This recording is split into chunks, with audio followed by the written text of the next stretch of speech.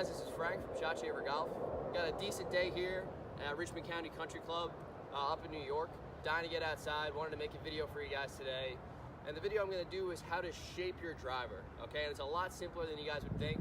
We're talking about hitting the two different shot shapes of a fade and a draw, and why I think that it's really just in your alignment that's going to help us hit those two different shots. Okay, so before we start, I want to go over some terminology that's going to help you guys through the video a little bit. The first one is being our intended target line.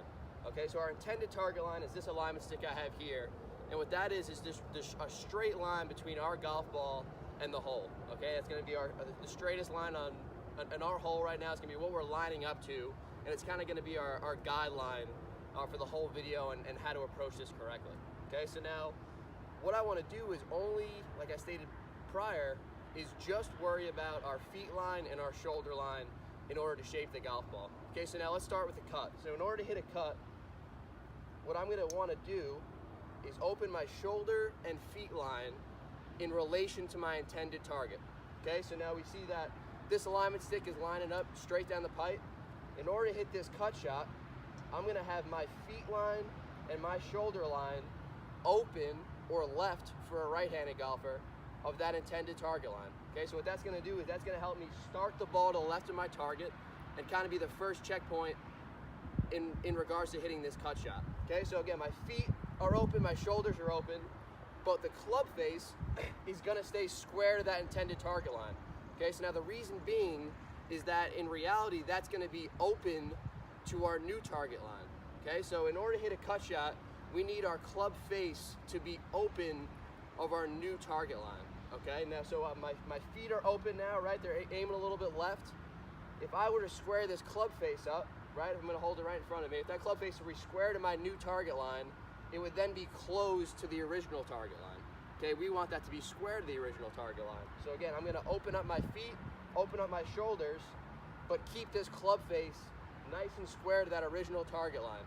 Okay, again, so now what that's going to help me do, as I refer to it a little back here, is my feet and my shoulders are open, my club face is square, so that's going to help me start the ball to the left of my target, and then the club face is going to help work that thing back to the right with a little bit of a fade.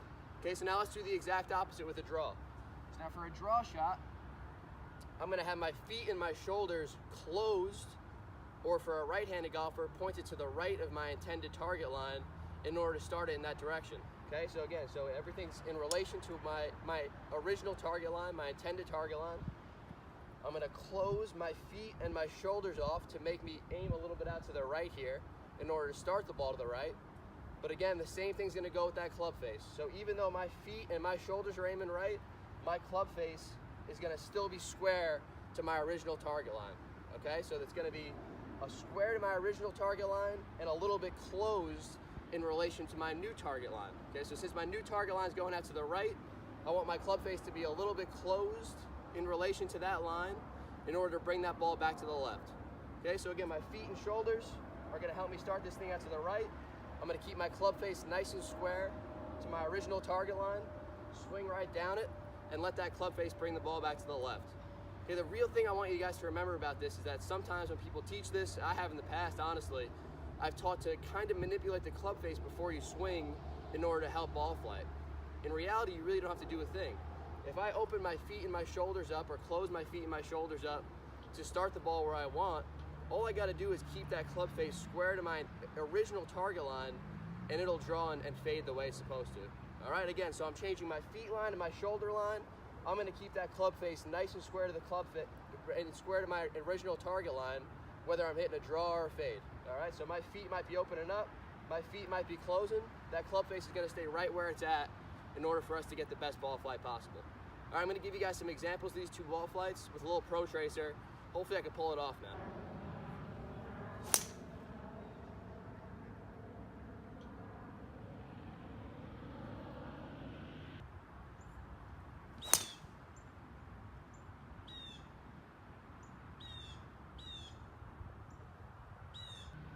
All right, guys, that's it for the video today. I appreciate you tuning in.